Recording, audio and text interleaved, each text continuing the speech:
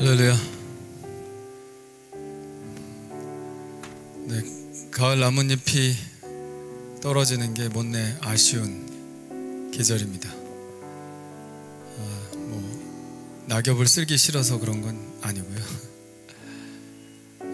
뭔가 이렇게 떨어진다는 게 마음을 좀 울적하게 하기도 하죠.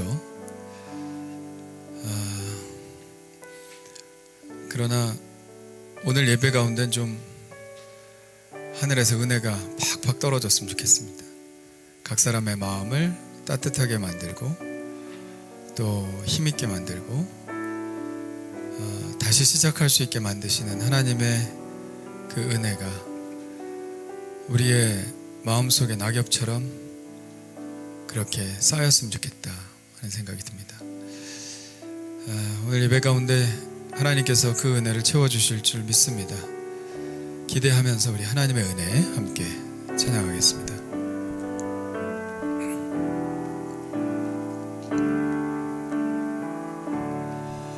나를 지으신 이가 하나님, 나를 부르신 이가 하나님, 나를 보내신 이도 하나님, 나의 나 된 것은 다 하나님 은혜라. 나의 달려갈 길 다가도록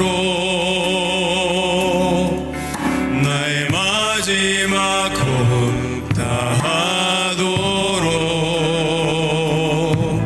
나로 그 십자가 품게 하시니 나의 나 된 것은 다 하나님 은혜라. 한량없는 은혜, 갚을 길 없는 은혜, 내 삶을 애워싸는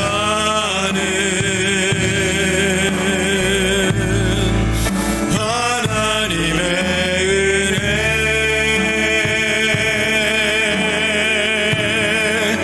나 주저함 없이 그 땅을 밟은 도 나를 붙드시는 하나님의 은혜.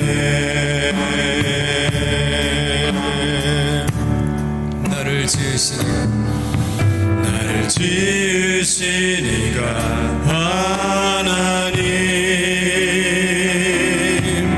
나를 부르신 이가 하나님, 나를 보내신 이도 하나님,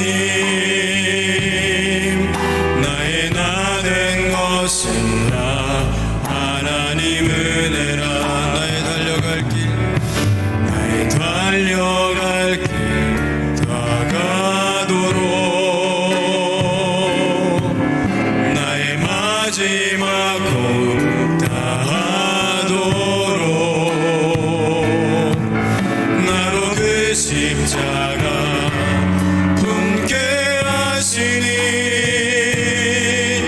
나의 나 된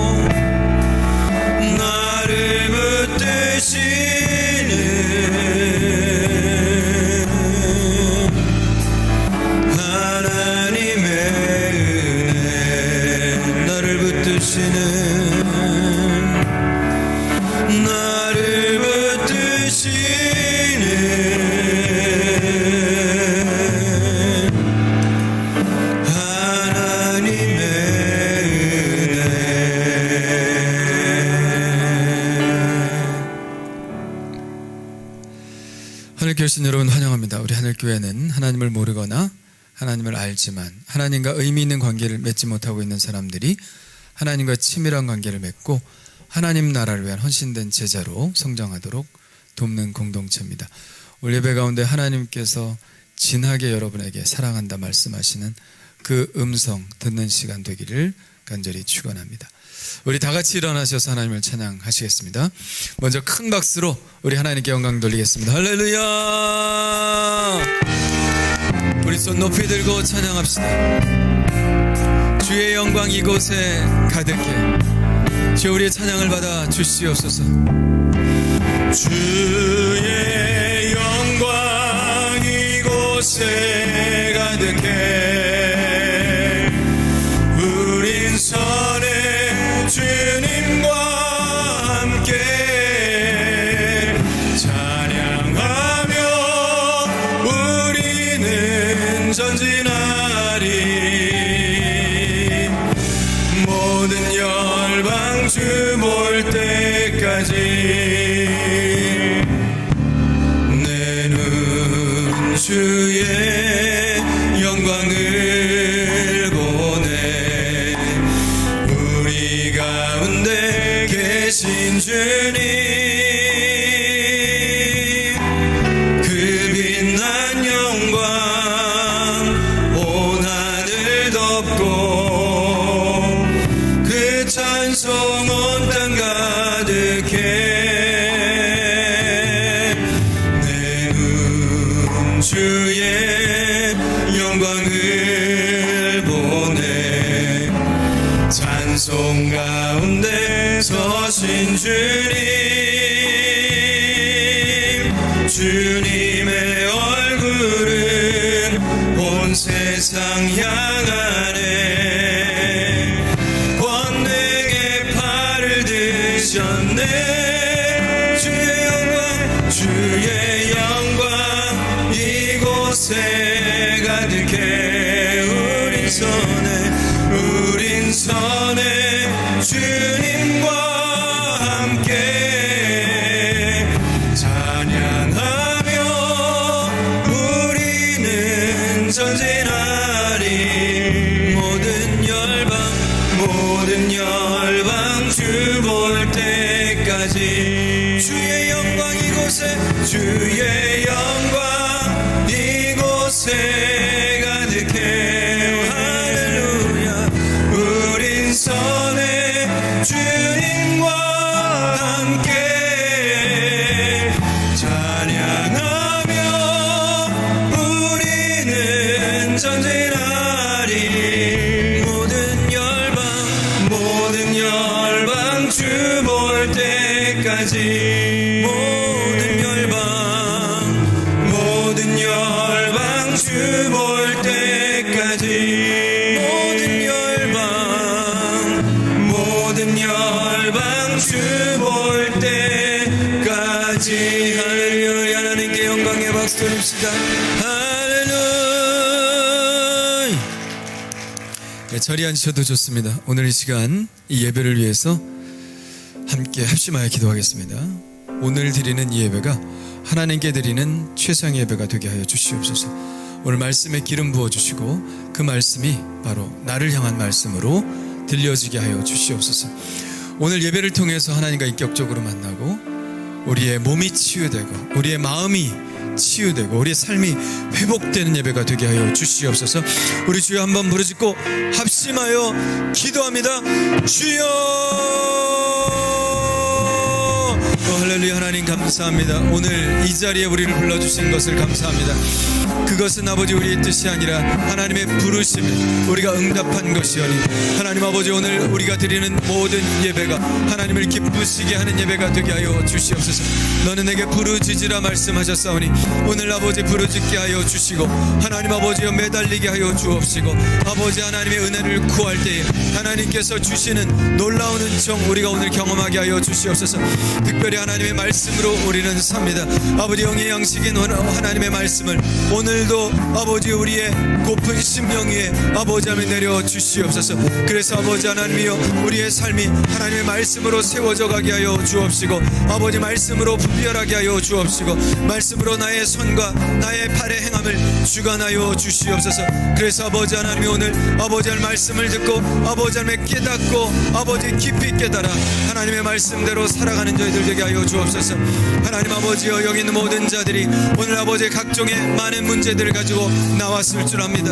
하나님 아버지 해결하여 주시옵소서. 삶의 복잡한 문제 해결하여 주시옵소서. 하나님만이 해결하실 수 있다고 믿고 나왔습니다. 주여 아버지 하나님, 몸의 질병 치유하여 주시고 마음의 아픔들 다 치유하여 주시고 새롭게 되어 주님만 바라보며 세상에 나가 승리할 수 있는 아버지 하나님의 그런 성도들 다 될 수 있도록 오늘 예배 주관하여 주시옵소서. 할렐루야. 믿습니다.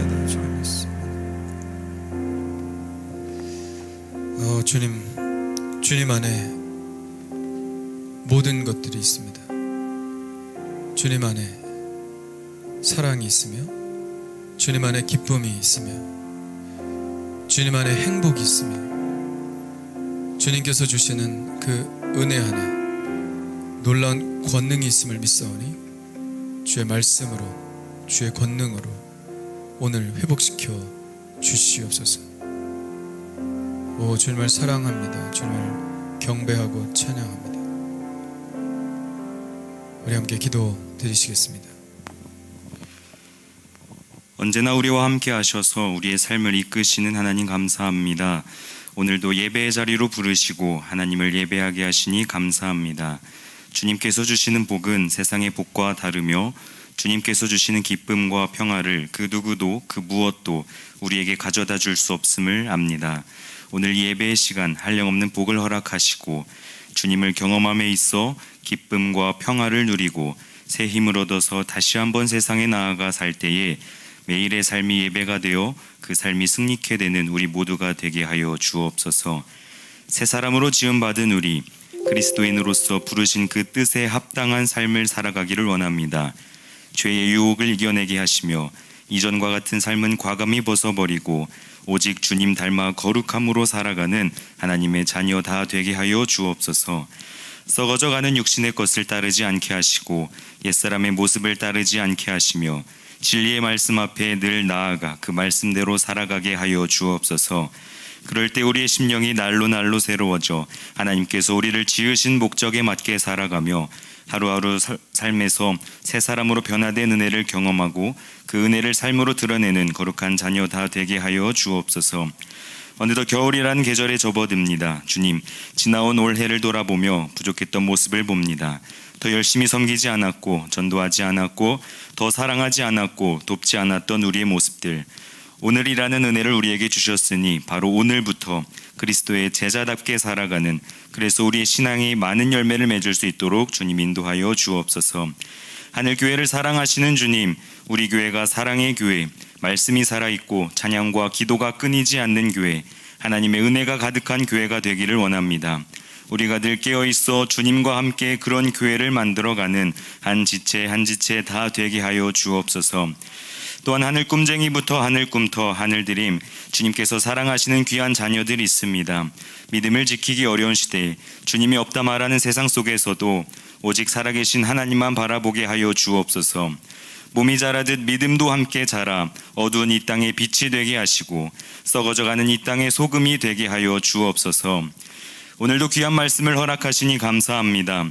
목사님과 함께 하시어 길과 진리되는 말씀을 담대히 선포하게 하시고 듣는 우리에게는 삶으로 말씀이 실현되는 역사가 우리 모두에게 있게 하여 주옵소서. 예배하는 이 시간 가운데 힘과 용기를 얻게 하시고 어려움을 이기며 아픔이 나으며 눈물이 닦이는 경험이 있게 하여 주옵소서. 모든 것 감사드리며 사랑이 많으신 예수님의 이름으로 기도드립니다. 아멘. 전능하사 천지를 만드신 하나님 아버지를 내가 믿사오며 그 외아들 우리 주 예수 그리스도를 믿사오니 이는 성령으로 잉태하사 동정녀 마리아에게 나시고 본디오 빌라도에게 고난을 받으사 십자가에 못 박혀 죽으시고 장사한 지 사흘 만에 죽은 자 가운데서 다시 살아나시며 하늘에 오르사 전능하신 하나님 우편에 앉아 계시다가 저리로서 산자와 죽은 자를 심판하러 오시리라. 성령을 믿사오며 거룩한 공예와 성도가 서로 교통하는 것과 죄를 사하여 주시는 것과 몸이 다시 사는 것과 영원히 사는 것을 믿사옵나이다. 아멘.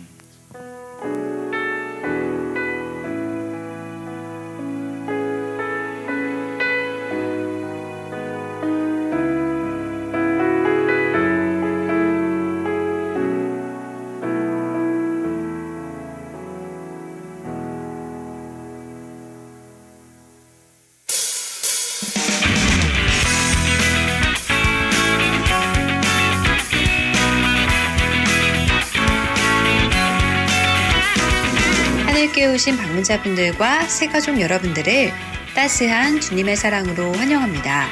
11월 14일 성령 강림 후 제25주 교회 소식입니다. 다음 주 주일은 추수감사절입니다. 1부 예배는 없으며 2부 연합으로 모입니다.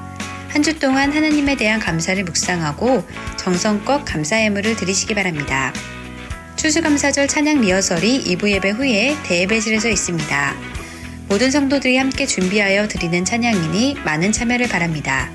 예배 후 강단 계단 작업을 해주시기 바랍니다. 추수감사절 특별 찬양 복장은 남성은 검은 바지에 흰 셔츠 보타이입니다. 보타이는 단체로 준비합니다.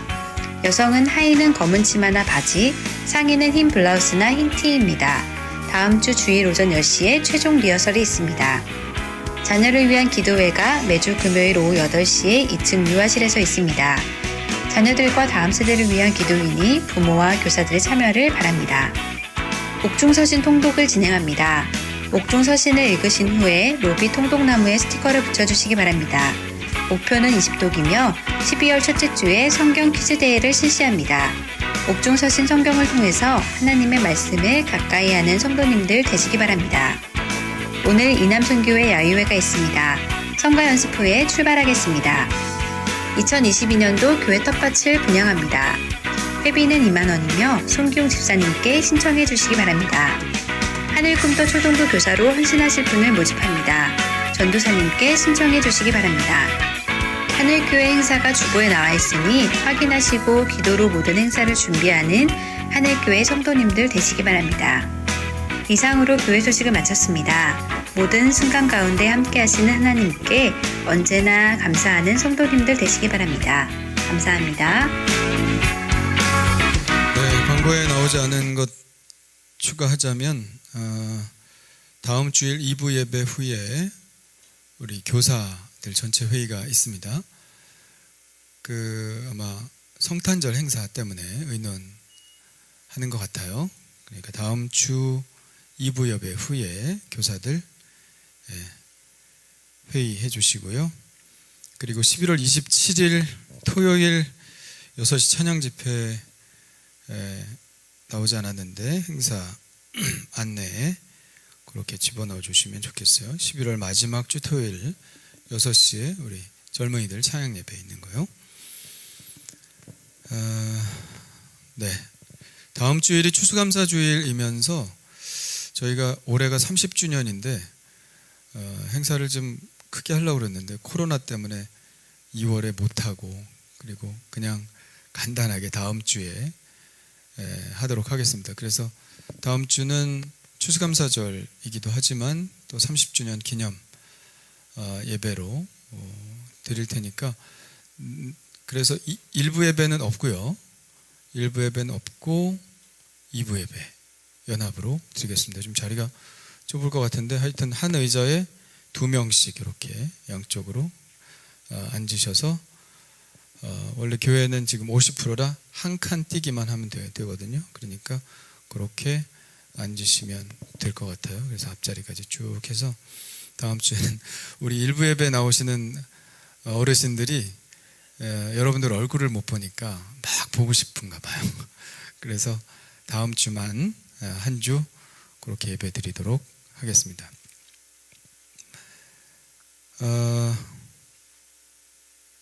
이번 주 수능이 있어요. 고3들 수능이 있는데 우리가 지금 고3 나이가 3명이 있는데 3명 일부 예배 때 우리 대의 나와서 수능 치니까 기도했고요. 우리 2부 때는 수빈이가 나왔네. 수빈이 그래도 기도를 하는 게 좋을 것 같은데, 수빈이하고 은서는 작년에 기도했죠? 우리 수빈이 축복 기도 내가 할 테니까 잠깐 앞으로 나올까? 알아요, 알아. 아는데 그래도 기도 받는 게 좋지. 일로 와.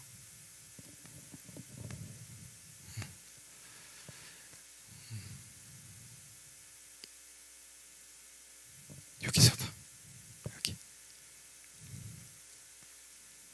여기 저쪽 보고. 우리 수빈이의 기도하겠습니다. 하나님 아버지 감사합니다. 수빈이가 이제 초등학교, 중학교, 고등학교 마치고 이제 어른으로 세상으로 나갈 준비를 하고 있습니다. 굉장히 분주하게 준비하고 있는 것으로 알고 있고, 하나님의 도우심이 꼭 필요합니다. 하나님 그의 앞길을 예비하여 주시옵소서. 그의 길을 이미 아시고 예비하신 줄 믿사오니 그가 하나님의 말씀을 따라 잘 분별하여 걸어나갈 수 있도록 도와주옵시고, 그의 인생에 한 단계 한 단계 신중하고 은혜 안에서 걸어갈 수 있도록 주여 인도해 주시옵소서. 아버지 하나님이여, 이번 일뿐만 아니라 앞으로 그의 인생의 모든 걸음걸음들을 축복하여 주옵소서. 그래서 아버지 하나님 기뻐하시는 그 걸음을 걷게 하여 주시며, 하나님께 사랑받고 또 사람들에게 인정받는 그런 삶을 살아 정말 하나님께서 그를 이 땅에 보내주신 그런 모든 목적을 다 이루어 나아가며 살아갈 수 있도록 주님께서 인도해 주시옵소서. 할렐루야. 그와 함께 하실 줄 믿습니다. 영원히 그를 붙드실 줄 믿사옵고 예수님의 이름으로 기도하옵나이다. 아멘. 축복하며 박수합시다. 네.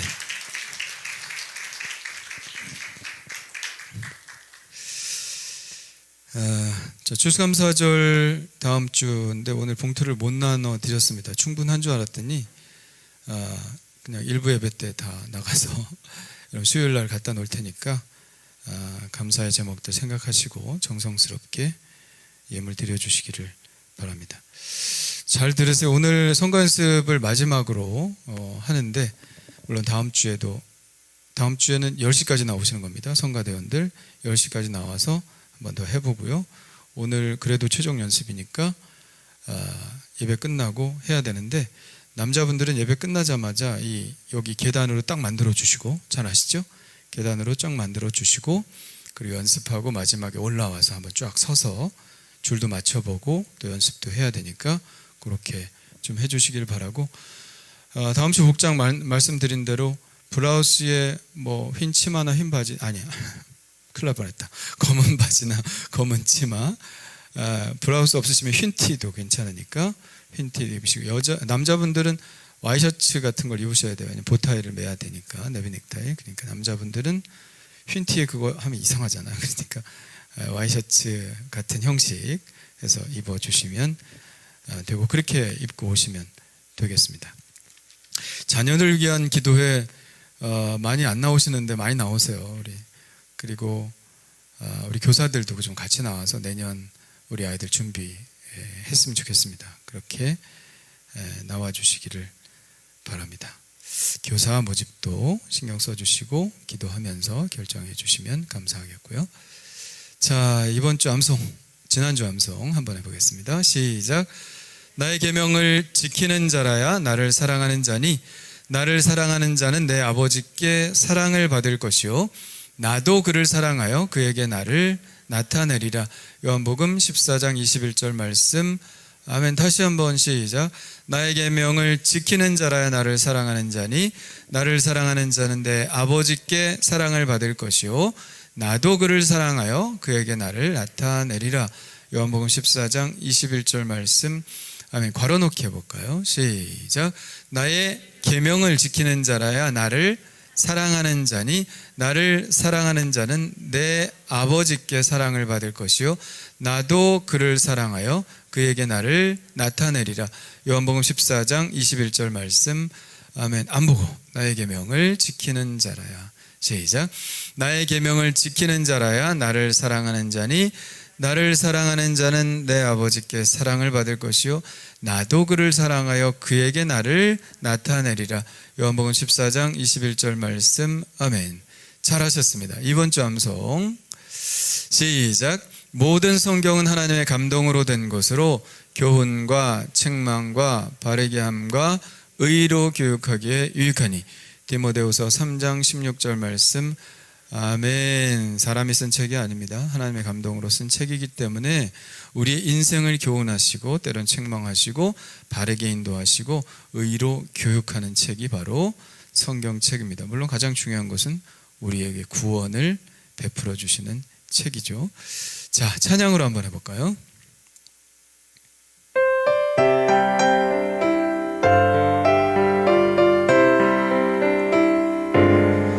모든 성경은 하나님의 감동으로 된 것으로 교훈과 책망과 바르게 함과 의로 교육하기에 유익하니. 디모데후서 3장 16절. 한번 더 해보겠습니다. 우리 큰 목소리로 한번 따라해보죠.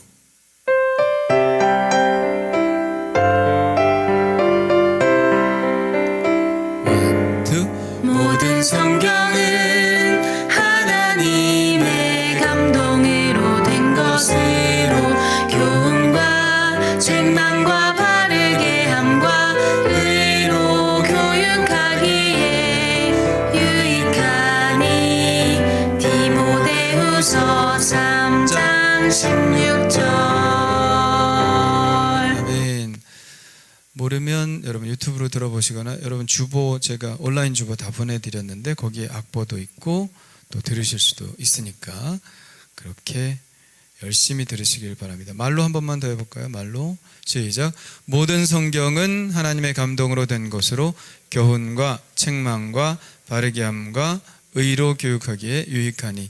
디모데후서 3장 16절 말씀. 아멘. 성경이 이렇다는 것만 아는 것으로 끝나지 마시고 읽으시기 바랍니다. 묵상하시고요. 자, 오늘 말씀은 열왕기상 7장 21절로 22절입니다. 열왕기상 7장 21절로 22절 말씀. 자, 한 목소리로 읽을까요? 시작. 이 두 기둥을 성전의 주랑 앞에 세우되 오른쪽 기둥을 세우고 그 이름을 야긴이라 하고 왼쪽의 기둥을 세우고 그 이름을 보아스라 하였으며 그 두 기둥 꼭대기에는 백합화 형상이 있더라. 두 기둥의 공사가 끝나니라. 아멘. 자, 우리 옆 사람하고 인사합시다. 당신이 복입니다. 당신이 복입니다. 당신이 복입니다. 당신이 복입니다. 자기에게 얘기해 주세요. 내가 복입니다. 내가 복입니다. 내가 복입니다. 축복하며. 네, 솔로몬 성전에는 두 개의 기둥이 있었어요. 오른쪽 기둥의 이름을 야긴이라고 하고요. 왼쪽 기둥의 이름을 보아스라고 이름을 붙였습니다. 자, 이름을 그렇게 붙인 것에는 이유가 있겠죠. 그냥 두 기둥이다. 왼쪽 기둥, 오른쪽 기둥 하지 않고 야긴이란 이름 붙이고 보아스란 이름을 붙인 것은 뭔가 이유가 있겠죠. 예배하러 성전에 와서 사람들이 그 기둥을 보고 기억하게 하고 싶은 것이 있었습니다. 그것이 바로 야긴과 보아스죠. 하나님이 어떤 분이신지를 이 두 기둥이 이야기해주고 있습니다. 자, 야긴이라는 뜻은 무엇일까요? 야긴이라는 뜻. 나와 있네요. 따라합시다. 그가 일으켜 세우신다. 누굴까요? 그가? 하나님이시지. 하나님이 일으켜 세우신다 라고 하는 말이 야긴입니다. 야긴. 그리고 보아스라는 말은 그 안에 힘이 있다. 누구 안에? 주님 안에, 하나님 안에 힘이 있다. 그러니 그분께서 우리에게 힘을 더하여 주실 것이다. 그분이 너희의 힘이시다 하는 것을 보여주시는 것이죠. 자, 넘어진 자를 일으켜 세우시는 분이 하나님. 보아스, 그 힘을 주시는 분이 하나님이라는 뜻입니다. 그래서 하나님은 어떤 분이시냐? 그 기둥을 보면서 우리가 무엇을 생각해야 되느냐? 하나님은 세우시고 힘 주시는 하나님이시다. 따라합시다. 세우시고 힘 주시는 하나님. 할렐루야. 예. 우리가 곤경에 처했을 때, 어려움에 직면했을 때, 너무 힘들어서 그냥 주저앉아 있고 싶고 넘어져서 또 일어날 힘이 없을 때, 그때 성전을 찾아오라는 거예요. 성전에 찾아와서 예배하면서 이 두 기둥을 보라는 것입니다. 이 기둥을 보고 하나님이 나를 다시 일으켜 세우시는구나, 하나님께서 다시 힘을 주셔서 이 세상을 살게 하시는구나 하는 것을 깨닫고 그분께 매달리고 기도하라는 얘기입니다. 지금 이 성전엔 두 개의 기둥이 보이지 않지만 하나님은 당신의 성전을 찾아와 예배하는 자에게 동일한 은혜를 주실 줄 믿습니다. 어떤 약속이에요? 세우시겠다. 내가 너를 세우겠다. 일어난 너희를 다시 일으켜 세우겠다. 그리고 오늘 내가 이 예배를 통해서 너에게 힘주겠다 하는 그런 말씀을 오늘도 우리에게 들려주시는 줄 믿습니다. 오늘 그 하나님 경험하시길 바라요. 세워주시고 힘주시는 하나님. 다 같이 크게 아멘. 아멘. 아멘입니다. 하나님은 넘어진 자를 일으켜 주시는 분입니다. 자, 시편에 이런 말씀이 있어요. 우리 같이 한번 읽어볼까요? 시작. 여호와 우리 하나님과 같은 이가 누구리요? 높은 곳에 앉으셨으나 스스로 낮추사 천지를 살피시고 가난한 자를 먼지더미에서 일으키시며 궁핍한 자를 거름더미에 들어 세워 지도자들 곧 그의 백성의 지도자들과 함께 세우시며. 아멘. 하나님 어떤 분이시라고 그랬어요? 가난한 자, 궁핍한 자를 세우셔서 귀족들과 함께, 지도자들과 함께 세우시는 분이다 하는 그런 말씀입니다. 자, 우리는 어떤 때 넘어집니까? 우리가 살아가면서 넘어지는 경우야 수없이 많겠지만 가장 우리 그리스도인들을 넘어뜨리는 것이 바로 죄입니다. 우리가 빛이신 하나님과의 교제를 소홀히 할 때 우리는 어둠 가운데 행하게 되겠죠. 그러다가 급기야 원수가 쳐놓은 덫에 걸려 넘어지게 됩니다. 우리가 빛 가운데 행할 때는 이것이 원수가 쳐놓은 덫인지 아닌지 구분할 수가 있어요. 빛 가운데 행하니까 다 보일 거 아니에요. 있으면 안 가면 되는 것이고, 그죠? 우리가 하나님의 빛 가운데 있을 때, 하나님과 교제할 때 우리는 분별력이 선명해집니다. 이것이 죄인지 아닌지 분명해져요. 기호도 분명해집니다. 이리로 가기 싫어, 난 이쪽으로, 이렇게 분명한 분별력을 갖게 되는데, 우리가 빛 가운데로 행하지 않을 때, 하나님과의 교제가 끊어질 때 빛이 없기 때문에 이게 덫인지 아닌지 구분을 할 수가 없습니다. 그래서 급기야는 그냥 어둠 가운데 행하다가 걸려 넘어지고 마는 것이죠. 자, 그러면 이것은 누구의 책임입니까? 원수가 덫을 쳐놓았다고 해서 원수의 책임입니까? 원수 마귀의 책임입니까? 아니에요. 마귀는 원래 그래요. 원래 그렇게 생겨 먹었기 때문에 우리를 어떻게 하면 넘어뜨릴까, 우리를 어떻게 하면 하나님의 자녀라고 하는 그 권세의 신분에서 우리를 다시 끌어내릴까, 매일 그것 연구하는 게 마귀의 일입니다. 그렇다면 죄에 대한 책임은 누구의 책임입니까? 빛 가운데로 행하지 못하고 어둠 가운데로 가서 분별하지 못하고 넘어진 우리의 책임 아니겠습니까? 그 어둠이 어떤 어둠일까요? 때때로 우리는 욕심에 사로잡혀서 어둠 속을 헤맵니다. 걸려 넘어지죠. 사기치기 제일 좋은 사람이 어떤 사람이래요? 욕심 많은 사람. 사기치기 제일 좋답니다. 바보 2반 책에 보면 나오잖아요. 예? 큰 형은 군사로 명예를 얻기를 원하고, 둘째 형은 돈을 많이 벌기를 원하죠. 바보 2반은 바보라. 욕망이 없어. 그냥 하던 일 열심히 하고 그냥 살면 되는 거야. 그러니까 마귀가 유혹이 승리해요, 못해요? 마귀가 유혹을 승리하지 못합니다. 근데 욕심 많은 사람 금방 넘어지죠. 1년 30% 수익 보장, 그런 게 어디 있습니까, 세상에? 우리가 빛 가운데로 행하면 그런 거 없어.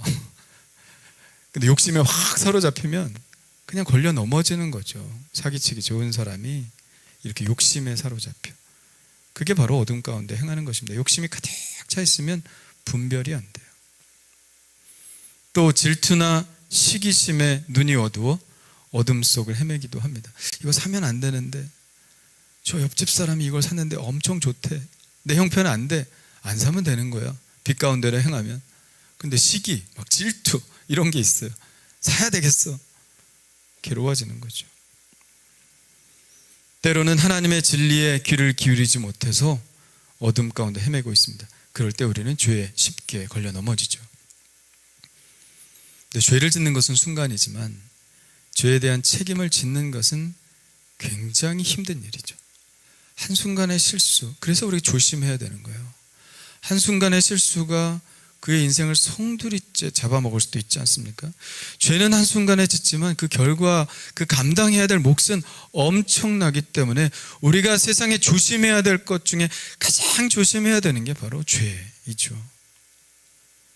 한순간의 잘못 때문에 재정적으로 막대한 책임을 져야 될 때가 있습니다. 어떤 경우에는 신체적인 어려움을 겪을 때도 있죠. 감옥에 갇혀보세요. 자유가 없잖아요. 주위 사람들의 비난을 감수해야 될 때도 있습니다. 저런 사람이었어?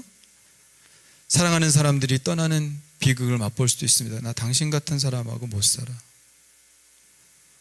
자기 자신에 대해서 스스로 실망하기도 하고요. 자기 자신을 스스로 비하하고 증오하는 일도 생기게 됩니다. 감정적으로 심한 손상을 입고, 죄가 그래요. 슬프고 우울한 나를 계속되게 만들죠. 이 죄에 대한 결과가 사람들을 비참하게 만들고 후회하게 만들고 넘어지고 좌절하게 만듭니다. 죄가 주는 책임은 실로 엄청나게 크죠.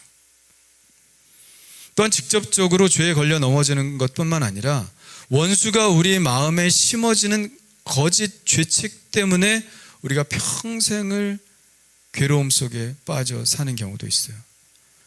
불행한 일이 자꾸 일어나게 되면 그 일들이 나에게 무슨 메시지를 주는 것 같아요. 네가 잘못해서 그래. 너에게 왜 맨날 이런 일이 일어나?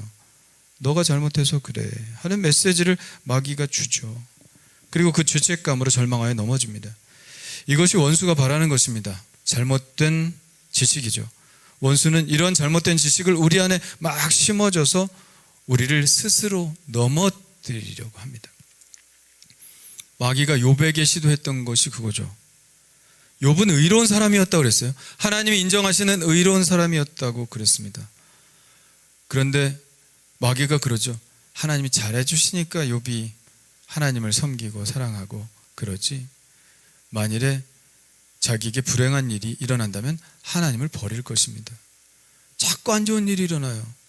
자식들이 한꺼번에 죽어요. 생일날 모여있다가 건물이 무너져서 한꺼번에 10명의 자녀가 죽지 않습니까? 그리고 도둑이 들고 그래가지고 모든 짐승들이 다 빼앗깁니다. 한순간에 그런 일이 일어나죠. 자기 몸엔 병이 들고 아내는 떠나갑니다. 이런 불행한 일이 막 닥쳤을 때 그에게 어떤 유혹이 찾아올까요?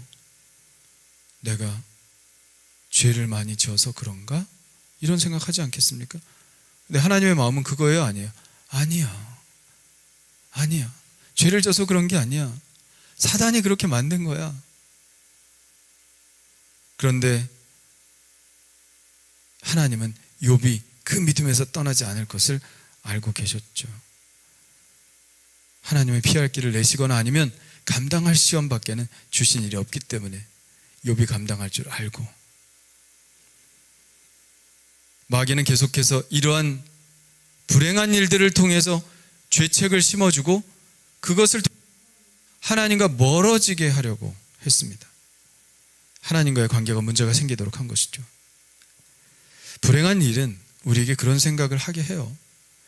예수님 시대에도 자녀가 장애인으로 태어나면 그렇게 물었잖아요. 그 사람의 죄입니까? 그 부모의 죄입니까? 죄가 아니면 이렇게 불행한 일이 생길 수가 없다고 사람이 생각하는 것이죠. 잘못된 지식입니다. 마귀의 장난입니다. 우리를 넘어뜨리고 하나님과의 관계에서 손상을 주려고 하는 마귀의 장난인데 우리가 이런 것에 속지 말아야 합니다. 불행한 일이 내 주변에서 자꾸 일어나게 되면 나에게 뭔가 잘못된 것이 있다고 생각하게 됩니다. 그러면 하나님을 무서워하게 되죠. 하나님 무서운 하나님으로 생각하게 되고, 더 나아가서 하나님과의 관계 자신이 없어요. 하나님과의 관계가 방해받게 되고, 자신에 대해서도 자신감을 잃고 무엇을 새롭게 시작하려고 하는 마음이 사라지게 됩니다. 두려움이 있기 때문에. 그 뭐예요? 어떤 상태예요? 넘어져 있는 상태야. 아무것도 할 수 없는 그 상태죠. 그러나 이 세상의 모든 불행들이 우리의 죄를 책망하기 위해서 하나님이 주시는 것은 아니라는 사실 여러분 알아야 됩니다. 왜 불행한 일이 일어나면 사람들은 하나님이 나에게 그렇게 하셨다고 생각하는지 모르겠어요. 왜 마귀가 했다고는 생각 안 하는지 모르겠어요. 분명히 말씀드립니다만 나쁜 일은 마귀가 하는 거예요. 그리고 좋은 일은 하나님이 하시는 것이죠. 좋으신 하나님이시기 때문에 우리에게 좋은 것을 주실 수밖에 없어요. 그러나 하나님은 불행한 일을 좋은 일로 바꾸실 수 있는 분이기 때문에 그 결과가 더 너무 좋기 때문에 하나님이 이 행복을 주시려고 불행한 일까지 주시나 이렇게 생각하는 것뿐이죠. 그러나 불행은 마귀가 줍니다. 행복은 하나님이 주시죠. 단지 하나님은 불행을 행복으로 바꾸시는 것뿐입니다. 하나님이 막 불행한 일을 벌이셔서 우리를 책망하시는 분이 아니에요. 하나님은 우리에게 죄책감을 주셔서 그 죄책감 가운데 계속 넘어져 있게 하시는 분이 아닙니다. 하나님은 절대로 우리가 하나님을 무서워라고 생각하게 하시는 분이 아닙니다. 싫어하셔요. 하나님이 좋아하시는 것은 무엇입니까? 하나님은 여러분들이 하나님을 사랑의 하나님으로 보기를 원하세요. 그런 분이 여러분에게 험상궂게 대할 이유가 무엇이 있습니까? 하나님 무서운 하나님이 되어서 여러분을 강제로 무엇을 하게 만드시는 분이 아니에요. 하나님은 사랑이십니다. 그것 외에 아무것도 아니에요. 하나님은 사랑이십니다.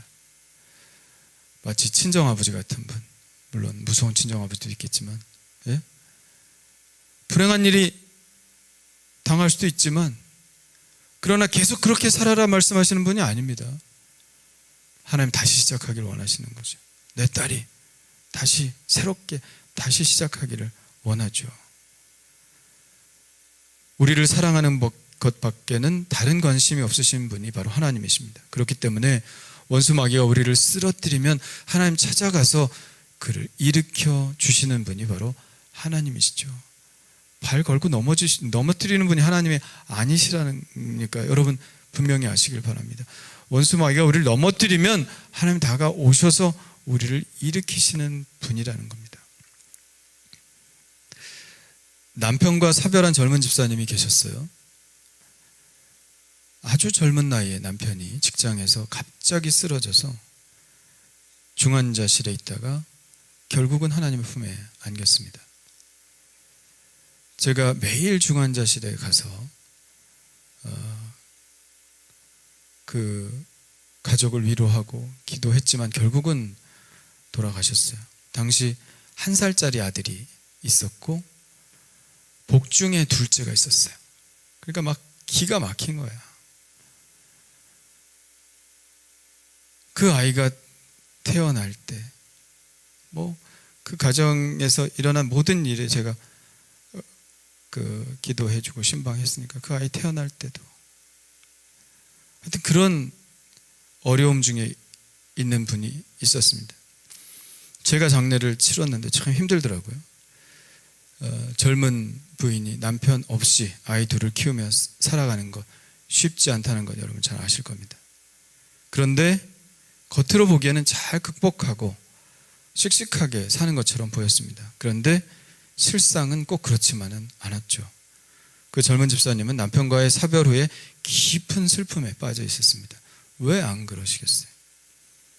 그리고 그 슬픔의 이면에는 죄책감이 사로잡혀 있었어요. 하나님이 나에게 왜 이런 일을 당하게 하셨을까? 내가 뭔가 죄를 지어서 내가 이렇게 사는 것이 아닌가 하는 생각이 늘은 아니지만 언뜻 자기에게 들어올 때가 되면 굉장히 괴로웠다는 것이죠. 죄책감과 수치심이 자리를 잡았고 그래서 사람들과 어울리지도 못했어요. 대인관계가 어려워지고 자신의 삶을 진솔하게 나눌 사람도 없었고 그저 아이들 키우는 데만 집중해서 그냥 잊어버릴 뿐이지 마음의 괴로움은 계속 갖고 살았다. 그러나 하나님은 그가 그렇게 계속해서 살기를 원치 않으셨습니다. 기도하는 중에 말씀해 주셨죠. 분명하게 말씀해 주셨습니다. 진리가 무엇인지 가르쳐 주셨습니다. 네 남편이 이 세상 떠난 건 네 잘못이 아니야. 그렇게 생각하지 마. 그 말씀을 듣던 순간 위축되고 자유롭지 못했던 마음이 해방을 얻었다. 그리고 그는 비로소 편안히 쉴 수 있었다. 계속 긴장감 가지고 자기를 학대하며 살았다가 주님의 그 음성이 들려지자 그때부터 쉼을 얻게 되었다. 그렇게 얘기를 해요. 주님이 주시는 평안이 찾아온 것입니다. 제가 성경 공부를 하면서 이렇게 나눌 기회 때 그런 고백을 저한테 하더라고요. 소그룹 안에서 내가 잘못한 게 아니야 라는 하나님의 위로의 말씀 때문에 그는 더 이상 위축되지 않았다. 전에 이렇게 살았다면 이제는 가슴을 피고 위축되지 않고 살 수 있게 되었다. 그는 엄마로서만 아니라 하나님 아버지의 따뜻한 사랑을 받는 하나님의 자녀로서의 권세를 발견하게 되었다라고 그렇게 얘기를 했습니다. 하나님 아버지의 관계에 대해서 자신이 없었는데 하나님이 나를 그렇게 사랑하시는구나 하는 것을 깨닫게 되었고 나는 하나님의 자녀야, 하나님의 권세 있는 자녀야 하는 생각이 그 마음속에 꽉 차게 되었다는 거죠. 그래서 그와 함께 된 하나님의 자녀들, 형제들 관계를 받아들이고 사람들이 나에 대해서 무엇이라고 할까 그런 것에 신경 쓰는 게 아니라 형제 자매된 사람들, 같은 교회 성도들을 신뢰하고 받아들이고 솔직한 마음으로 고백하며 살 수 있게 되었다. 그런 얘기를 하더라고요. 여러분, 하나님은 불행을 주시는 분이 아닙니다. 하나님은 센 폭풍 바람 같은 분이 아니라 하나님은 햇볕 같은 분입니다. 햇볕 같은 분. 밀양이란 영화 보셨어요? 그 마지막에 쫙 햇살이 비치잖아요. 밀양이라는 말이 뭐예요? 은밀하게 비치는 햇볕이라는 얘기거든요. 그게 뭐예요? 하나님께서 은밀하게 그의 인생에 햇볕을 비춰주셔서 살게 하는 것이다. 그런 메시지를 그 영화가 주는 거 아닙니까? 하나님 햇볕 같은 분입니다. 율법은 거센 바람처럼 억지로 나그네의 옷을 벗기려고 하지만 하나님은 더 큰 사랑으로, 더 큰 사랑으로, 뭐예요? 우리가 감당할 수 없는 사랑으로. 그러니까 그 사랑이 얼마나 큰 거예요? 우리가 하나님 무섭게 생각할 필요가 없는 거예요. 하나님은 더 큰 사랑으로 그 빛을 비춰주셔서 우리 스스로 선택하여 선을 행하도록 격려하시는 분입니다. 하나님이 우리에게 원하시는 것은 우리가 죄에 대해서 관심을 갖는 것보다 죄를 버리는 것, 죄를 이기는 것, 죄를 극복하는 것에 관심을 갖는 것보다 하나님이 우리를 얼마나 사랑하시는지에 대해서 먼저 깨닫기를 원하십니다. 죄는 그 이후에 자연스럽게 버려지는 거예요. 하나님의 사랑을 알고 그분과 가까워지고 그분이 원하시는 것을 안다면 죄는 자연스럽게 싫어지는 거예요. 우리가 빛 가운데 행한다면 자연스럽게 죄가 뭔지 보이는 것처럼, 그쪽으로 가기 싫은 것처럼 주님과 교제할 때, 무엇 때문에? 사랑을 깨닫고 그분과 교제할 때, 빛 가운데로 나갈 때 죄는 자연스럽게 버려지는 것이죠. 성령님은 온유한 분이고 부드러우신 분입니다. 따스한 성령님. 저는 제가 경험한 성령님도 그 작사가가 경험한 것 같아요. 성령님은 정말 따뜻하게 언제나 우리에게 다가오십니다. 막 책망 가운데 다가오시는 분이 아니에요.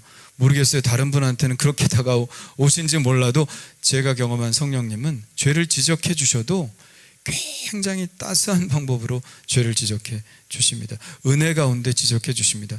그렇기 때문에 은혜 가운데 그 죄를 내려놓을 수 있는 것이죠. 죄는 우리를 넘어뜨리지만 하나님은 우리가 어떤 상황에서 하나님을 찾아 나오시든지 하나님은 우리를 세워주시는 분임을 여러분 믿으시기를 바랍니다. 하나님은 그 사람이 어떤 죄를 지었던지, 어떤 흉악한 죄 가운데 있던지 그 사람이 무기징역을 받고 끝까지 죽을 때까지 그 죄를 안고 그저 살아가기를 원하시는 분이 아닙니다. 수많은 인생들이 마음의 무기징역형을 받고 스스로 그렇게 살아가고 있어요. 죄책을 지고 평생 살아가고 있습니다. 슬픔을 안고 살아갑니다. 누구에 대한 미움을 안고 살아갑니다. 복수의 칼을 갈며 살아갑니다. 좌절과 우울감 가운데 평생을 살아가고 있습니다. 두려움을 가지고 살아갑니다. 당당하지 못하게 살아갑니다. 모두 다 마음의 무기징역형을 받고 사는 사람들 같아요. 여러분, 그러나 진짜 형무소에 들어가 무기징역형을 받고 평생을 사는 사람도 그 안에서 하나님을 만나면 그 마음에 평안을 얻는 겁니다. 할렐루야. 그는 감옥에 갇혀 있지만 자유함으로 살아가는 거예요.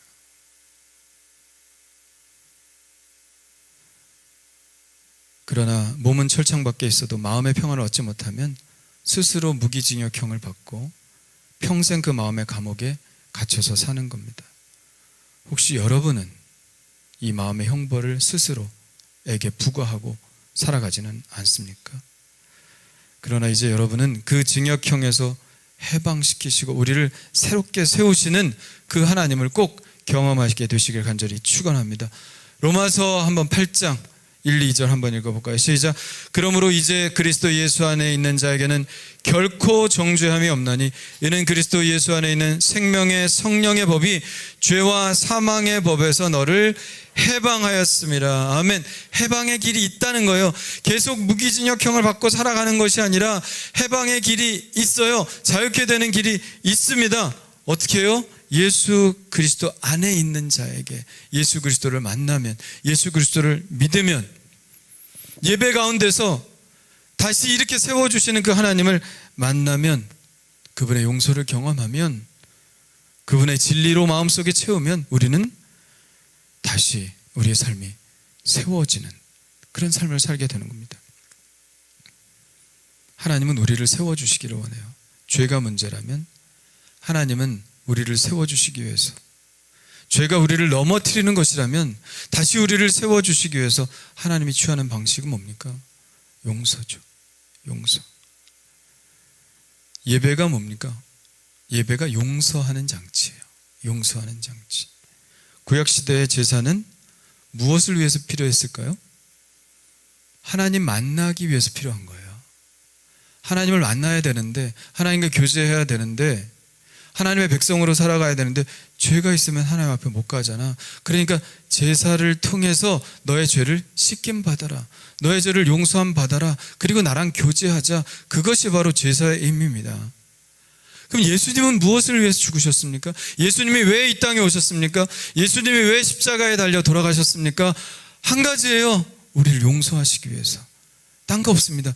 예수님은 우리를 용서하시기 위해서 이 땅에 오신 거예요. 그 마음의 무기징역형을 갖고 평생 죄책 가운데, 슬픔 가운데, 우울함 가운데 살아가는 우리를 보다 못해 그렇게 살지 마, 그렇게 살지 마. 새롭게 시작하는 길이 있어. 다시 시작하는 그 길이 있어. 그거 알려주시기 위해서, 그 용서를 베푸시기 위해서 예수님께서 이 땅에 오신 것입니다.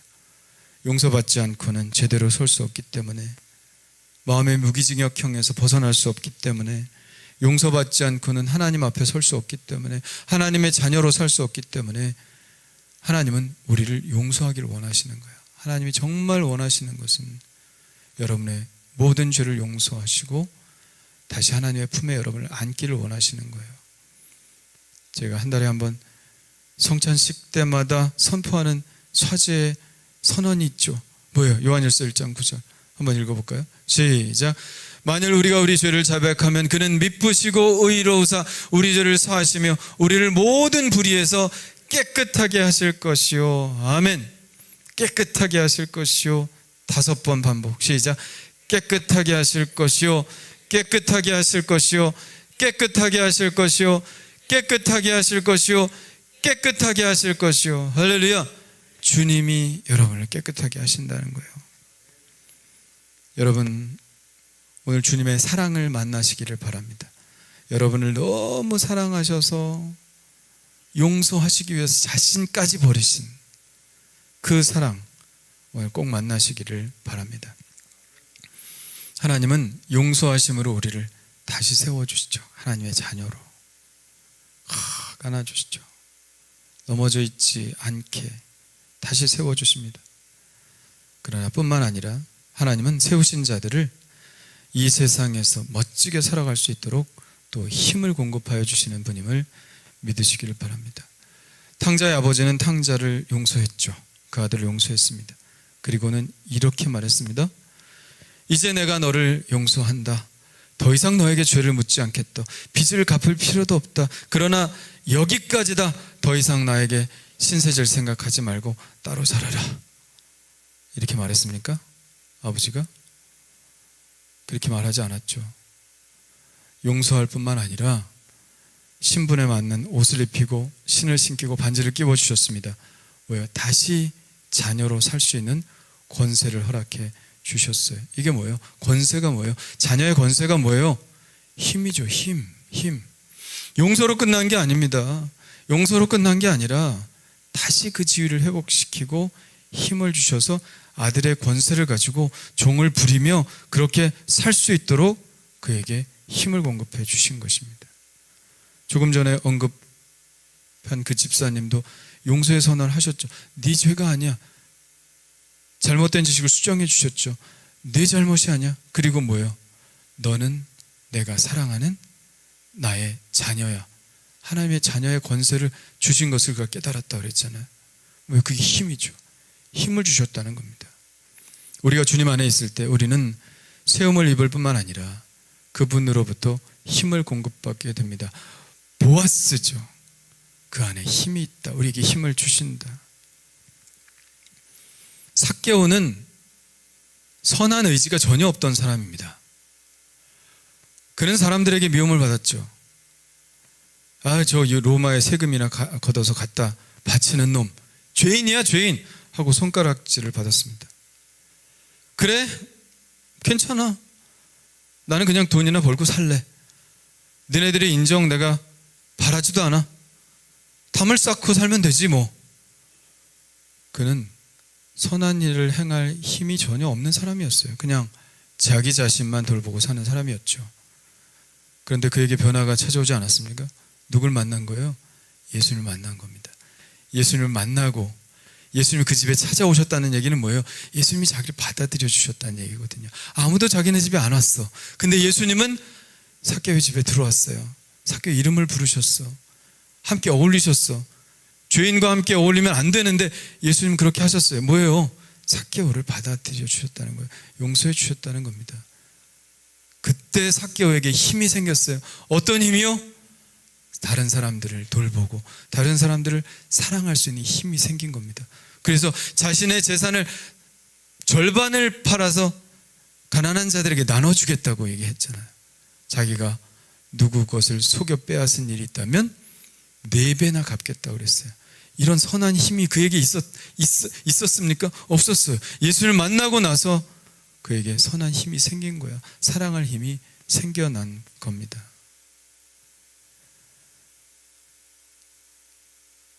하나님이 주시지 않으면 우리가 선한 일도 할 수 없는 거예요. 우리 지난주 엘리야 얘기했었죠. 엘리야가 로뎀나무 아래 죽기를 원했지만 하나님이 공급하시는 힘으로 그가 40주 40야를 마라톤으로 달려서 하나님의 산 호렙에 이르렀다고 했습니다. 하나님의 성전에서 예배할 때 이런 일이 일어난다는 거예요. 하나님의 성전에서 예배할 때 우리를 일으켜 주시고 새 힘을 허락해 주신다. 믿으시길 바랍니다. 제가 처음 교회 나오신 분 이야기를 들은 적이 있어요. 이분은 집안이 불교 집안이었습니다. 교회를 단 한 번도 가보지 않았대요. 누가 교회 다닌다고 하면 아유 집안일이나 열심히 하지 뭐 교회는 뭐하러 다녀 이렇게 비웃던 분입니다. 마치 뭐 여자들이 운전하면 집에서 밥이나 하고 있지 왜 운전하냐고 이렇게 아주 비상식적으로 얘기하는 사람들처럼 그도 그랬다는 거예요. 집에서 밥이나 집안일이나 잘하지 교회는 뭐 하러 다니냐고 비웃던 사람이었습니다. 그런데 이분에게 몇 년 전부터 힘든 일이 생겼어요. 남편과 갈등이 심해졌습니다. 세상을 살아간다는 것이 의미가 없었어요. 날마다 이렇게 사는 것보다는 남편과 이혼하고 혼자 살든가 아니면 그냥 죽는 게 낫겠다 이렇게 생각을 했습니다. 그런 생각이 자꾸 드니까 이상하잖아요. 그래서 정신병을 스스로 찾아가서 나한테 뭐 이상이 있나 점검도 해보고, 그러나 해결책은 없었어요. 계속 그런 생각이 떠나지 않으니까. 그러다가 남동생이 개업을 한다고 해서 갔더니 남동생이 그러더라는 거예요. 누나, 나 교회 다녀. 그러더라는 거예요. 아니 네가 무슨 교회를 다녀? 우리 집은 불교인데. 그러자 동생은 누나, 교회 한번 다녀봐. 너무 좋아. 뭔가 다른 일이 일어날 거야. 교회 다니라고. 남동생이 그러더랍니다. 그래서 야, 교회 다니면 무슨 좋은 일이 생기냐? 열심히 살아야 좋은 일이 생기지. 그리고 넘어갔대요. 그런데 동생은 가게를 오픈하는 과정 속에서 하나님 역사하신 그 기적적인 역사들을 쭉 얘기하면서 누나도 교회 다니면 이런 일이 있을 거야. 야, 웃기지 마. 운때가 맞았겠지. 사람들 말하는 게 우리는 다 은혜라고 하지만 세상 사람들은 그냥 운때가 맞았다고 얘기하지 않습니까? 그런데 그 이야기를 같이 듣고 있던 광주에 사는 언니가 그분에게 말했어요. 야, 나도 교회 다녀. 그러더라는 거예요. 아니, 언니도 교회 다녀? 언니는 또 집을 팔게 되는 과정 속에서 하나님 역사하셨던 이야기를 했습니다. 하나님 부동산에 많이 관여하시는 것 같아요. 근데 그래도 여전히 그 이야기를 자기와는 상관없는 이야기로 여겼습니다. 그냥 그런가 보다. 또 일상에 돌아와서 남편과의 갈등은 계속되었고 삶의 의미는 사라져갔습니다. 어떻게 하면 자살을 하는데 사고처럼 죽을까? 이런 생각만 하게 되었다고 그 얘기하면서 눈물을 쫙 흘리시더라고요. 그런데 그때 드는 생각이 그래, 내가 죽기 전에 교회 한번 가보자. 그런 생각이 들었대요. 이게 은혜죠. 그래서 어떤 교회를 가지 고민이 되었는데 당연하죠. 평생 교회 한번 안 나가봤으니까. 근데 자기가 한 달에 2번 산악회 등산 가는데 꼭 그 교회 앞에서 버스를 탄대요. 그래가지고 교회 아는 교회가 그 교회밖에 없는 거예요. 그래서 평일인데도 찾아갔더니 아주 좋은 권사님 만나가지고 당장 주일까지 기다릴 것도 없이 금요 기도회부터 오라 그랬대. 제가 금요 기도회를 인도를 할 때인데 그래서 근데 집에 가니까 또 시험이 들더래. 이거 괜히 간다고 그랬나? 그래도 약속하지 않았습니까? 약속이 중요한 거야. 그래서 약속했으니까 한번 가보자. 그리고 교회를 갔어요. 근데 예배당 문을 탁 열고 들어가는 순간 뭔가 가슴에 뜨거운 것이 확 왔다는 거예요. 가슴 속에서 뭔가 확 솟구치는 것이 느껴졌다. 그래서 그 감정을 도저히 주체할 수가 없어서 간신히 예배를 드렸답니다. 그리고 집에 가서 불을 꺼놓고 얼마나 울었는지 밤새 눈물이 났다. 이거 은혜죠. 아니 옛날에 교회 좀 다녀봤으면 회개의 눈물이라도 흘리고 하나님 잘못했어요 다시 돌아왔어요 이렇게 하지만 생전 교회 다녀보지 않은 사람이 그렇게 하나님께 눈물을 흘리며 울었다는 것은 우린 기본적으로 다 하나님의 사랑하시는 자녀들이라는 것을 알 수 있죠. 하나님 떠난 것뿐이지 우린 다 하나님을 알만한 것이 그 속에 있는 거야. 다 하나님을 알만한 거. 왜? 하나님의 창조물들이니까 왜 없겠어요? 이 안에 다 하나님을 알만한 것이 있죠. 그러니까 막 통곡하고 울었습니다. 그 이후에 놀라운 변화가 생겼습니다. 마음이 말할 수 없이 편해졌다는 거예요. 회개의 눈물을 흘려본 사람은 알죠. 마음이 깃털처럼 가벼워진다는 사실을. 날아갈 것 같죠. 편안해지고. 이전에는 다 다른 사람 때문에 내가 그렇게 힘든지를 생각을 했대요. 특히 남편 때문에 내가 이렇게 힘들다. 그렇게 생각을 했는데 한순간에 이게 남편 때문이 아니라 내 탓이구나 하는 생각이 들더랍니다.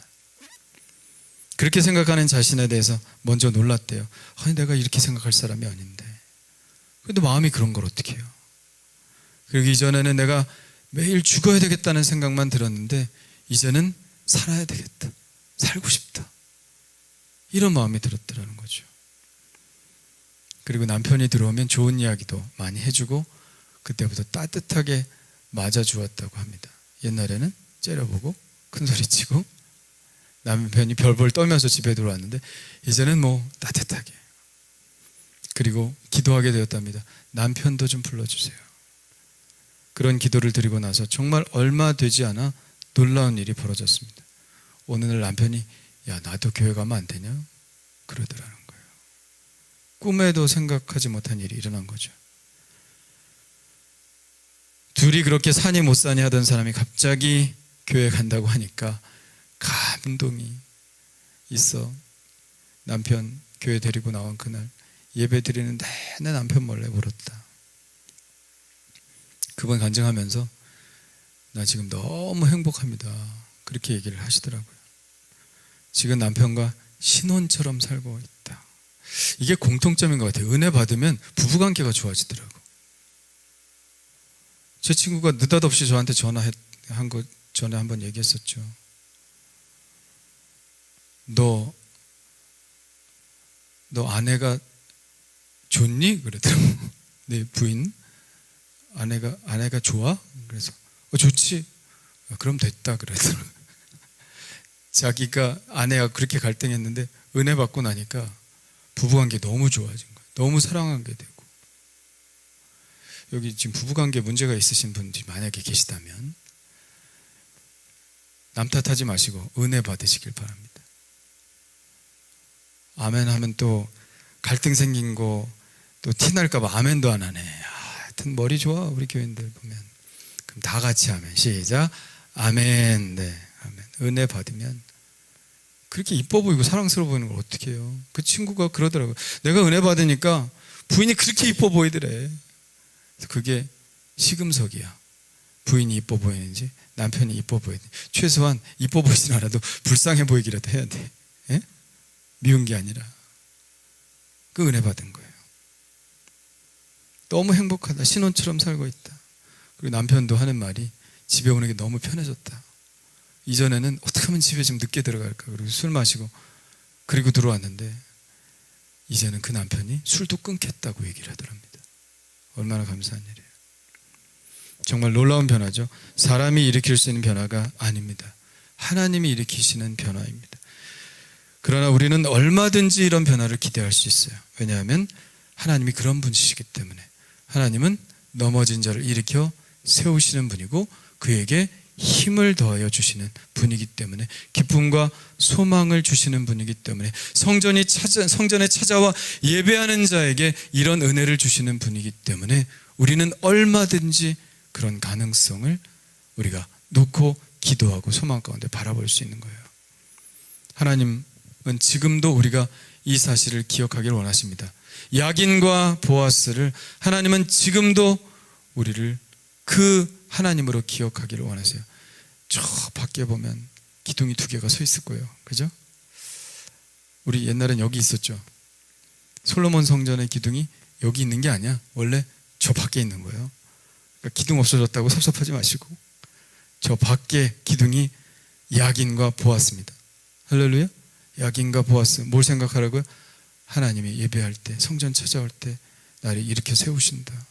그리고 나에게 힘을 주신다 생각을 하시고 여러분 열심히 하나님을 사모하고 하나님의 은혜 받아 여러분의 삶이 세워지고 힘이 있어지는 삶이 되시기를 간절히 축원합니다. 우리 찬양 같이 하시고요. 준비하신 예물 드리시고 가사 좀 보여주세요. 아바 아버지 찬양 하시고 우리 통성으로 함께 날 일으켜 주시고 세워 주시고 힘 주시옵소서 하고 함께 기도하겠습니다. 아바 아버지 나를 안으시고 바라보시는 아바 아버지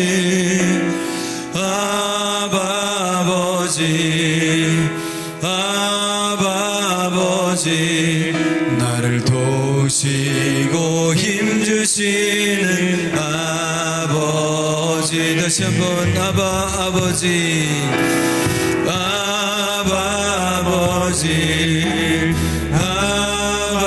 아버지 나를 안으시고 바라보시는 아버지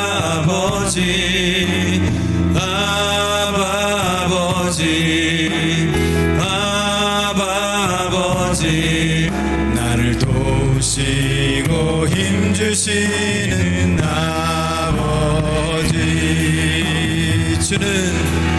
주는 내 마음을 고치시고 볼 수 없는 상처 만지신 주는 내 마음을 고치시고 주는 내 마음을 고치시고 볼 수 없는 상처 만지시 다시 한번 주는 내 마음을 고치시고 주는 내 마음을 고치시고 볼 수 없는 상처 만지시네 나를 아시고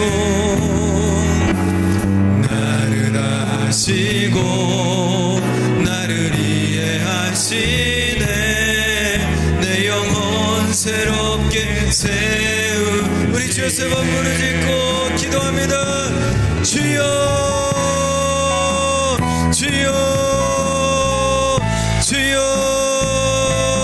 나의 아버지 하나님 아버지 나를 자녀 삼아주시고 하나님 아버지여 넘어진 자를 일으켜주심같이 우리가 엎어져 있을 때 죄로 인해 신음하고 있을 때 하나님 아버지 우리를 일으켜 세우시는 분 바로 하나님이신 줄 믿습니다. 하나님 아버지 우리가 죄책에 강하게 시달리고 있을 때 아버지 내 마음의 무기징역형을 선고하고 하나님 아버지 하나님 앞에 감히 나올 수 없을 때 아버지 하나님께서는 해방의 길을 열어주시는 줄 믿습니다. 내가 너를 일으켜줄게 내가 너를 세워줄게 라고 말씀해 주시는 줄 믿습니다. 오늘 아버지 하나님이여 자신에 대해서 완전히 포기한 채 아버지 넘어져 있으며 일어나지 못하는 자들이 있습니까? 오늘 아버지 하나님께서 힘주셔서 일으켜 세우시는 그 하나님의 그 은총을 아버지 하나님 오늘 꼭 그 은혜를 받게 하여 주시옵소서. 하나님 아버지여 마귀가 우리의 귀에 속삭이는 것 듣지 않게 도와주옵시고 하나님 아버지여 자포자기하게 만들고 아버지 나를 넘어뜨려 놓고 아버지 하나님이여 그 안에서 아버지 하나님의 은혜를 받지 못하게 만드는 그 아버지 마귀의 계계에 우리가 넘어가지 않게 도와주시고 하나님을 일으켜 세워주시는 하나님의 그 손을 꼭 붙잡게 하여 주시옵소서.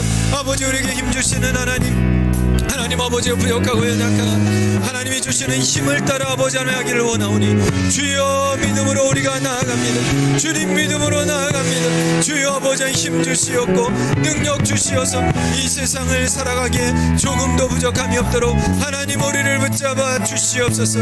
하나님 우리를 안아주시옵소서. 품에 안아주시고 바라보시고 내가 너를 세워줄게 내가 내게 힘을 줄게 말씀하여 주시며 아버지 하나님의 그 능력과 힘으로 예배 안에 나올 때 그 능력과 힘으로 우리가 다시 한번 세워질 수 있는 저희들 될 수 있도록 하나님 인도해 주시옵소서. 나를 세워주시고 힘 주시옵소서. 하나님 감사합니다. 의인은 7번 넘어지나 8번 일어날 수 있도록 하나님께서 손잡아 일으켜 주신다고 말씀해 주셨습니다. 우리를 끝까지 붙드시는 분이 하나님이신 줄 믿습니다. 알파 오메가 되신 하나님, 처음과 끝이 되신 하나님, 처음부터 끝까지 우리를 놓지 않으시고 끝까지 붙드시는 하나님이신 줄 믿습니다. 예배를 통해서 하나님 그걸 세우시기를 원하시오니 하나님 아버지 우리가 예배에 나올 때 야긴과 보아스 나를 세우시고 힘주시는 그 하나님을 늘 떠올리게 하여 주시고 오늘도 하나님 내게 힘을 주옵소서. 오늘도 하나님 나에게 세워주시옵소서. 이렇게 기도하며 하나님의 은혜를 바라는 그래서 세상에 나가 힘있게 승리의 삶을 살아나가는 저희들 될 수 있도록 인도하여 주시옵소서. 하나님의 은혜를 믿사오니 우리를 붙들어 주옵소서. 귀한 예물 주님 앞에 드립니다. 모든 예물 가운데 하나님 축복하여 주옵시고 11조와 감사와 일천번제와 선교예물과 소원예물들 주일 헌금 하나님 다 받아주시사 하나님의 놀라운 은총을 각 사람의 삶에 합당하게 채워 주시옵소서. 이제 다음 주는 추수감사 주일입니다. 우리가 큰 감사를 주님 앞에 드리기를 원합니다. 하나님, 코로나19라는 어려운 환경 속에서 우리를 버티게 하시고 살게 하신 주님의 은혜를 감사합니다. 주의 아버지 하나님이여, 주님의 은혜를 묵상하며 한 주간 보낼 수 있도록 도와주옵시고, 아버지 하나님 앞에 정말 하나님께 섭적하신 그러한 예배 드릴 수 있도록 하나님 은총을 베풀어 주시옵소서. 감사하며 예수 그리스도의 이름으로 기도하옵나이다. 아멘. 네, 오늘 제가 예배 마치자마자 남해안교회 구역회 인도하러 바로 가야 됩니다. 지금 아마 기다리고 있을 텐데, 우리 합창 연습은 우리 박인규 세컨지이자 우리 부지이자께서 인도하실 것입니다. 저는 성악을 전공했지만 우리 박인규 선생님은 합창 지휘를 전공하시기 때문에 더 잘 가르칠 거예요. 그죠? 네, 그러니까 여러분 다 앞자리에 오셔서 연습하시고, 그리고 제가 빨리 오면 연습할 것이지만 늦게 오면, 하여튼 오늘은 끝장 봐야 돼요. 알았죠? 끝장 봐야 돼요. 다 익히시고 그렇게 연습 잘 하시면 좋겠습니다. 우리 다 같이 일어나셔서 주만 바라볼지라 우리 찬양하겠습니다.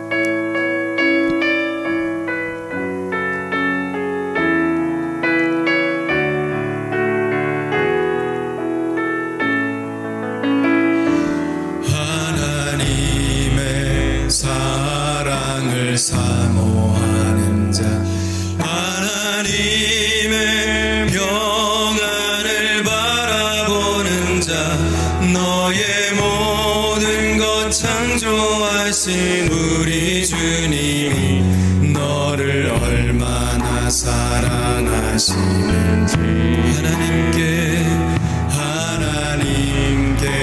찬양과 경배하는 자, 하나님의 선하심을 닮아가는 자, 너의 모든 것 창조하신 우리 주님이 너를 자녀 삼으셨네. 하나님 사랑의 눈으로 너를 어느 때나 바라보시고, 하나님 인자한 귀로서 언제나 너에게 기울이시니, 어두움에 밝은 빛을 비춰주시고, 너의 작은 신음에도 응답하시니, 너는 어느 곳에 있든지 주를 향하고 주만 바라볼지라. 주만 바라볼지라.